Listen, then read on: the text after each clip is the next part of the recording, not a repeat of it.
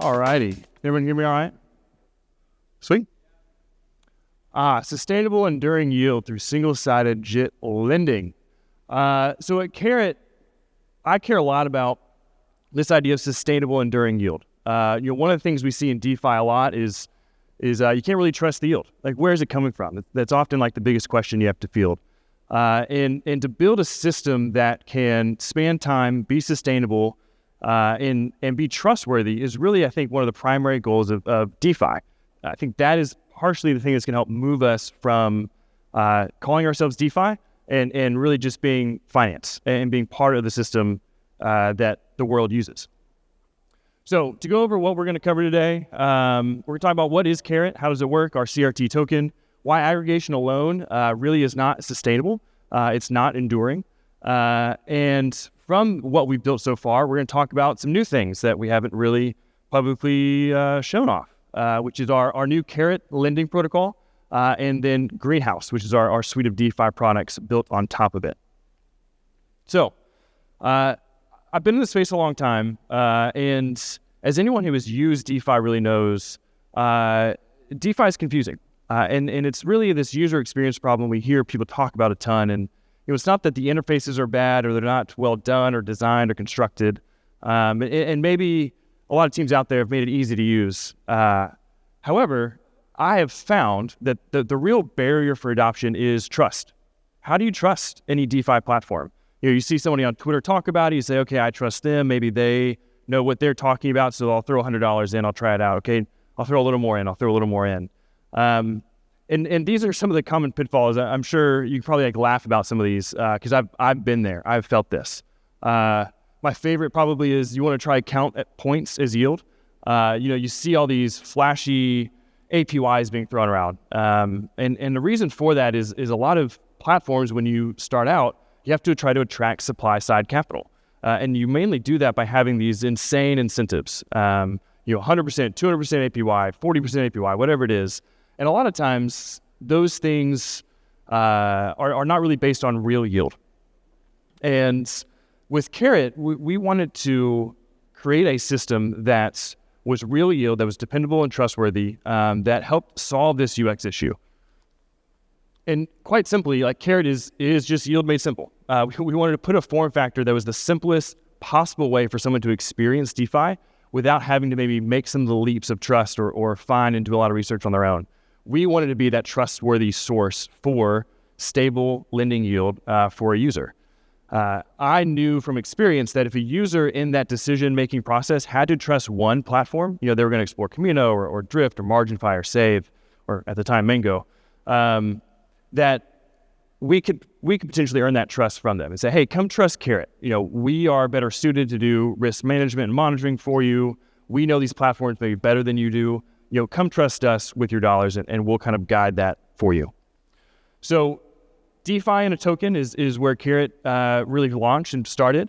Some of the UX things that we found were improvements for us was saying, hey, it's a token. It's in your wallet.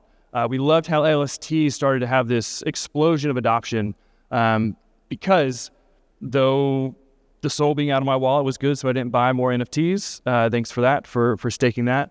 It was nice to be able to see the performance of my asset directly in my wallet.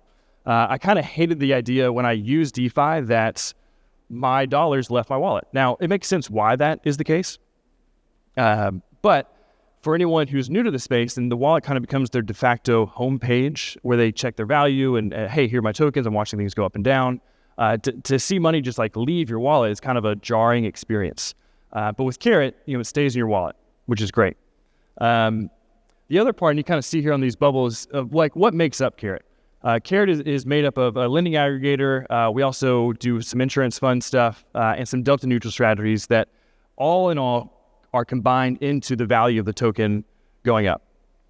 Now, we see this a lot. It took me a long time to learn this, frankly, of kind of who is the audience for Carrot. And it truly is probably the left curve and the right curve. A lot of people we have found kind of like the pain of being plugged in 24/7 and saying, oh, I found the alpha. I saw this opportunity. I read this thread. I'm doing this and I'm looping this and I borrowed here and I'm getting 3,000% APY. However, oftentimes they had like a negative P&L. And I think that's one of the worst experiences that you see in crypto. The token form of Carrot is really simple. And in a lot of ways, it's people who are kind of afraid of DeFi in the first place, but it's also people who are kind of tired of DeFi. Have been there and said, hey, it's not worth all this extra effort. I want someone who's going to do this on my behalf 24/7. Also, pretty simply, people like tokens that only go up. And we found this is one of our best marketing pieces. This is what gets people excited to say, hey, when the market's totally red, and I'm glad today is not one of those days, but it has been for a while, CRT is the one thing that stays green in your wallet. And the reason for that is it's just earning yield. We're not taking any speculative asset positions. It's not fluctuating with the market. Sometimes it moves up faster, as you can see around December, or slower based on those market rates. I'm a little unsure what happened here. Actually, I do know what happened here, but in general, this gets people excited and say, hey, I can trust this. Again, going back to that DeFi experience problem is mainly a trust problem. And so how do we build that trust? And we show that over time through our token price continually going up. Just to explain that, because I get this question a lot, so I'll go ahead and front run that. This is our market price for the token. We have a NAV price, it's called a net asset value, which is essentially the issue and redeemable price for any token, similar to if you were to get like a LST, for your SOL, a redemption price. And so the market price can fluctuate, but we keep that in line through arbitrage. So if somebody decided to market sell a whole bunch, which is why that candle is there, it's not really a reflection of the price actually going down. So let's talk about aggregation is great, but we have this problem, and it's rate compression. Generally how these lending markets work, if you don't know, and this stage I hope knows how this works, these markets are based on curves, and the utilization rate is really how that interest rate is set. And so as an aggregator, you start to see that your movement of money begins to really influence those markets. And you can't just go chase these opportunities. You can't like move over $1 million and expect that you're not going to have an impact on that market. Now, these markets are huge. However, there's a sensitivity point in the utilization ratio that means that even with a small amount of capital, you can begin to kind of control those rates in that market. And we found early on that our efforts and some other efforts of teams doing similar things, even with a small amount of capital, we were able to really compress the rate. This also helps kind of show, this is one of my favorite graphs that we put together. This shows like where's the money. So right now we've got about 15 million in assets under management. And this demonstrates, hey, where is the money at any given time? And what's really interesting here, I'm gonna try my laser pointer. You see how these, you see how these kind of scale in and out? They slope this way. The reason for that is how we deal with a lot of rate compression. We scale in and out of those opportunities and assess the rate of, hey, what's the impact rate of when we move the money? So that we don't get this seesaw effect where you had just seen, hey, we moved 1 million over here, the rate was 43, that looks awesome, but by going there, we just knocked the rate down to 2.7. That's bad. And if you keep doing that, essentially you're just gonna be the loser every single time. So we scale in and out of those opportunities and helps us achieve the overall best rate that you can possibly get. The second part of rate compression, and this leads to what we are now building, and the reason for it is once you begin to compress these rates, the overall reason someone might use an aggregator kind of becomes pointless. Like why choose the extra smart contract risk that we represent over a single source like Camino when Camino's rate and Drift's rate and MarginFi's rate no longer has a lot of variance between them. That used to be the case a year ago, 6 months ago even, where you'd see kind of these rate spikes and an aggregator made a little more sense. But once you do your job effectively, there's less edge associated there. So we thought long and hard about, hey, how do we fix this problem? This is an unsustainable business model. There's not a lot of margin here. Eventually new entrants won't see and say, oh, this makes sense. That rate is 5 basis points better. Well, hey, I'm not going to take the extra risk for 5 basis points. So Carrot is moving beyond aggregation.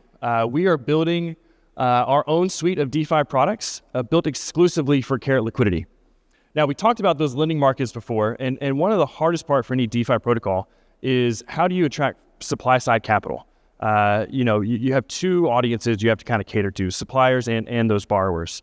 And we looked at Carrot and said, hey, we have a lot of stable coins already. We have a lot of inventory, and our job for our holders is to be a distributor, into an allocator into the ecosystem to find that yield. What if we were one of those yield sources? And this idea of adding native yield puts us better suited to be in the enduring and sustainable yield category. We're no longer just relying on third-party protocols in order to source the yield, but we are able to now produce some of our own yield and kind of move up the stack. So it gives us more margin to play with. So instead of just taking the supply rate and that's what our customers get passed on to, we can now begin to share more protocol level profits, with our suppliers who are taking on that risk themselves. So this is just an outline of kind of where we're going, the DeFi ecosystem of Carrot. Right now, the top left is really all we do. But by adding these 3 new products, we're excited about the direction and kind of what the future holds for Carrot. Carrot Lending, Greenhouse, and Stake CRT. So let's talk about why, who are we? Who do we have the audacity, I guess you could say, to compete with Camino and MarginFi and Drift with these products? And there's a few good reasons. One, and the main one, we'll cover this in more detail, is our ability to do just-in-time liquidity. As a single source of supply gives us a lot of advantages. The cold start problem is largely solved, right? We've got 15 million of capital that we can begin to seed these markets with. We can focus on a single customer, just focus on this demand side where we're not having to construct those markets to benefit suppliers or cater to them, but also cater to the demand side, the borrow side. And frankly, we just have better rates.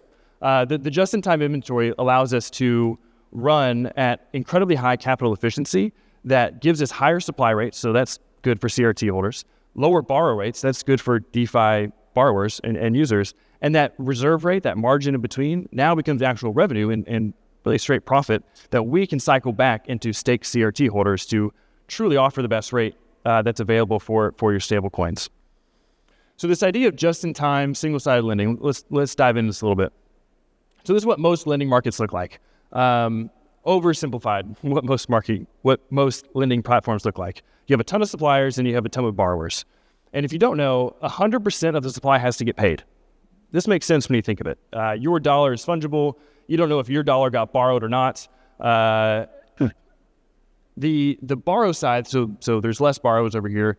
Everything that they're earning, they're paying that yield, has to pay that 100% of the supply. And so that extra 20% or whatever the utilization rate is essentially inefficient. It's unused capital. In Carrot lending, we can just-in-time that inventory. And that means that when a borrow comes in and there's demand for that, we can pull that out from another lender in our aggregator and supply that dollar just in time for that transaction to go through to fulfill that borrow request. So it allows us to operate at nearly 100% capital efficiency. And that is possible for us. That's going to be hard to compete with because no one else really functions or works this way by having these two systems really co-located together and working in conjunction with each other. And ultimately, this is a benefit for consumers. This is what allows us to offer really, really competitive rates and pass along those benefits to our holders. So to help this kind of make sense, kind of lay this out a little bit more, we've got our Carrot liquidity layer. So that's our suppliers, people who have deposited Carrot. When you think of it, CRT as a token is really tokenized supply side capital. It is a tokenized version of the ecosystem supply rate. And right now, we aggregate that between those 4 main sources. But now by adding Carrot Lend, essentially, I could have put that as one of the other boxes up here because from the protocol standpoint, it sees that as another lending venue and is assessing it and saying, hey, who has the best rate? I will allocate capital to this one. It's better. It's seen as like a third-party protocol. Now, here's the thing about a lending protocol. Lending protocols sound great, but you got to have people who care. You have to have demand side. So this is a big shift for us, and moving just from supply side and catering to that customer and moving into demand side. And one of the things we know, and I've used this myself, is looping is one of the most popular and powerful products that we see in DeFi, and we see it a lot. There's a lot of TVL locked up in looping. And I'll explain looping a little bit, but we're really excited that Greenhouse is debuting Carrot Boost, which is really DeFi looping at its best. If you've ever used Camino, like great products, the looping product is awesome. But built on top of Carrot liquidity with our Carrot Lend program, running at that just-in-time 100% efficiency, you can see why our product really can be materially better. It is a lower borrow rate that you are using in your loop. And as you loop and gain more leverage, it is important, like a couple of points matters. Like that is a big difference in what you're doing. The other benefit is our rate ends up being more stable because it is not just based on two-sided markets that are constantly moving, spiking rates and lowering rates. Because there's a single-sided lender who's acting kind of in a beneficial way for that market and kind of acting nice, if you will. It gives that rate a more steady. You can expect less fluctuations in that rate. And this is great for users. You're not as worried about getting liquidated all the time. This helps us solve that demand side problem. Because again, if you have a lending protocol, it doesn't really matter. You need somebody to borrow from you. The last piece, and this ends up kind of, if you start asking some questions, okay, how do you do this? How do you allocate correctly? How do you figure out how much money you can put there? How do you do the just in time? Because you still need to fulfill requests and stuff. And a big piece for that is staking CRT. And so sometimes you can think of CRT itself as like a staked token. It's like a version of staked USDC in some ways. But by offering actual staking for CRT holders, it allows us to reward them with more protocol level profits. Instead of just using these points programs or the hope of a future TGE event that may or may not actually come, we are using the revenue generated from Carrot Lending Protocol and the Boost products in order to help pay and reward people for locking up their tokens. Now, that locked up token is what helps us understand our liquidity requirements in order to intelligently allocate how much can be available, the caps and the limits that are available into the Carrot Lending Protocol. So again, this is the overview of what Carrot is going to be and kind of where we are headed. It's the Carrot liquidity layer, which is what you probably know Carrot to be today. It is a lending aggregator, but it is now also integrating with our lending protocol and the Greenhouse products that are built on top of it. Now, I have one more thing. And it's kind of building up to this. And it is a product that I'm super excited about because it's the product that I always wanted. If you're a builder, you probably have heard the adage of, hey, build what you want to use. Embrace that. The thing that I think about a ton is I want to build DeFi that you want to share. And not just share with your DGen buddies, but share with your friends and family. Share and show, hey, here's how DeFi materially makes your life better. Here's access to tools and methodologies and systems that you can't truly do anywhere else. Like you can't log into your Fidelity account and expect to be able to loop. They're not offering that. That would be like very difficult for you to pull off. And so we talked about looping and we're starting looping JLP, which is just super popular. But there's one big problem with looping JLP. And if you've ever done it, you've probably seen this. The only thing that matters when looping JLP is the price of that token, right? And so they publish a weekly report of what the APY is. But that way APY really isn't actually the APY of the price appreciation for that token. It's just a separate metric that has some influence over the index and stuff like that. But really, it's very, very common to say, oh, I'm getting this 99+% APY, but a negative P&L. Again, I think that is the worst experience we have in crypto. And I'm really excited to show off what I think is really the greatest product and the greatest loop there can be in DeFi, and that's looping CRT. All these puzzle pieces are really culminating into what this product can be and be about. And it's tricky. There's some important stuff going on behind the scenes. But again, we want to make DeFi simple and accessible for everybody. The gist of looping is saying, hey, when you have a yield-bearing token paired with a stablecoin, that you have a higher APY on that yield-bearing token than it costs you to borrow. So kind of this gap here, what I call the golden delta. it is possible to like loop that to your advantage. Now, if you've ever seen it, or I hope you have, the LST Sol loop on Camino, I think is one of the most popular products we have in DeFi. It's incredible. I love it. I personally use it. I think it's great.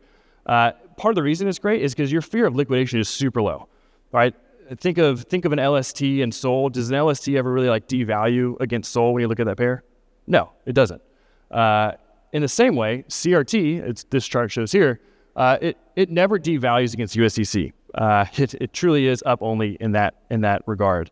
And because of that relationship, it allows you, when you have that golden delta present, to loop it very, very safely and have really no fear of liquidation. And that helps us take incredible amounts of leverage very safely. You can DJ and do what you want. We're going to offer that to you. It's kind of you choose what you're comfortable with. But ultimately, like, it is very safe for those reasons. More importantly, though, is in order to do a loop, you have to have someone who's willing to supply that dollar, right? So if CRT is earning, okay, this is ambitious, let's say 14%, sounds awesome. We're not there yet. That's staked CRT. But if CRT itself is earning 7%, you have to find somebody who says, oh, I will lend out at 5%, for that lending opportunity for someone to loop it. Why would I not just buy CRT? It's like a big problem. And the way that we solve that is through our own Carrot lending program. A vertically integrated lending through Carrot liquidity allows us to be that supplier. And this means that when we look at maybe the market supply rate being around 5%, which is about accurate at this moment, we can run that market and supply at 6% and really probably even 7%, while still having a healthy borrow rate that someone can now loop and have this like delta that exists. So as a result, like, this product happens. We've talked to other teams. There are other people who are going to come out with loop CRT products very soon, which we're excited about. And we hope they do awesome, right? This is all good for us. We think this is great. However, we're going to leverage our competitive advantage and the capital efficiency present in Carrot Lend to truly offer the best looping product that I think can exist in DeFi. And I'm super, super excited about it. So thank you guys for your time and taking a look. I hope you will check out CRT. It truly is the best yield you can earn on your stablecoins, and it's only getting better as we continue to add native yield sources into it and move beyond just aggregation. Thanks so much. I think, are we doing Q&A? Sorry, we are doing Q&A. If anyone has any questions, our clock they push us back 10 minutes, so we got maybe a little bit more time. The redhead over here. When are you planning to... Oh, thanks. I don't need to shout now. When are you planning to launch some of the greenhouse products? Is there a timeline? Yeah, great question. Committing to dates is always tough, but this is already in production running on mainnet. So maybe even this week, next week, some of these products are going to roll out to some of our alpha testers, people who are longtime holders or on our Discord who are willing to like try and test out these products. So it is up and running and in mainnet being tested. And we hope to be able to release those more broadly in the coming weeks.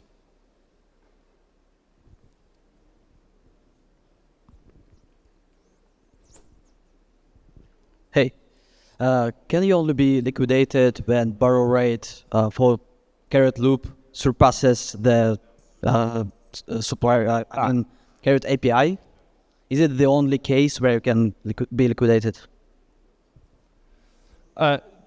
Just to clarify the question, what happens when the borrow rate goes above the APY of CRT? Is that your question? Yes. Yeah, great question. So this is typically your worry. So this all works and all well and good, but hey, what happens when that rate drops below 9% and you're paying more for the money than you're earning on it? And the reality is that at that moment, you are losing. You would be paying more for the capital than you're earning on the capital that you borrowed, which is not great. Now, that's okay to be losing for a time, and there might be some fluctuations. Really, the risk that we're protecting against is really the downside risk of being liquidated.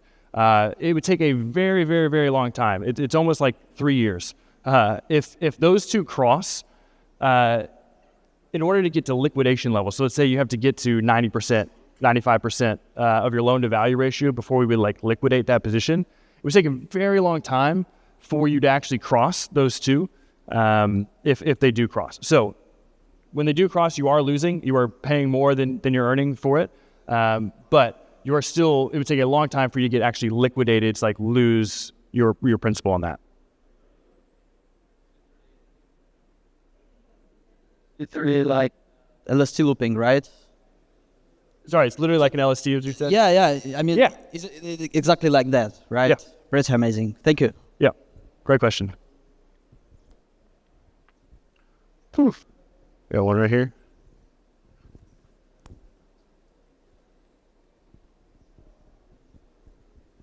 Hi. As far as I understand, your product is based mainly on stablecoins and stablecoin yield. Do you have any plans to expand to LSD, Sol, etc.? Yeah, great question. So that's right. So we knew Carrot as a protocol issues the CRT token. We had this sense that the success of our first token, our first product issued by the protocol would really dictate and lead to the success of the protocol. So that's why we've been really single token focused for a very long time. But the reality is we can issue lots of tokens like this, including a Sol-based token. So the next token that we are looking at is a Sol-based version of Carrot. Now, the Sol version of this is a little more tricky landscape-wise. There's a lot more competition out there, and frankly, maybe a lot of safer competition of just like a single source validator, or even just a Jito or a Marinade have great solutions for what they're doing there. But we do have plans to have a Sol-based version that starts to incorporate our own native yield, which allows us again to start sharing protocol-level profits of the lending market, with our Sol holders. And think about this. Here's where I think DeFi becomes really cool, because you can do these things without our permission and use our token in a way that I think is a fun, really profitable way for you to use it. Think of running an LP where you have yield-bearing tokens on both sides. So instead of just running a USDC Sol pool and LPing that and earning yield through the trading activity, the next step is like run a USDC Jito Sol pool, right? So your unused supply that's sitting on the 50% side here and Sol is now actually earning Sol yield. This is good. Even better is having a CRT Jito Sol pool, because now your unused idle capital is still earning on that left side. Even better for us is the day when you have a CRT and a CRT Sol pair, where you have a yield-bearing asset on both sides of that LP, allows you to reduce your risk of impermanent loss, really juices that rate, so you're always earning, and it's really at the strike point where you're earning the trading fee revenue through that. So we do have plans for a Sol version of CRT.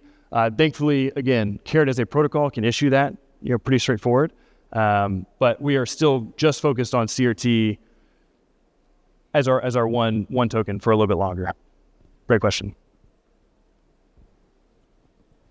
Awesome. Well, guys, thank you so much. I appreciate the time, and go buy CRT if you haven't already. Thanks so much.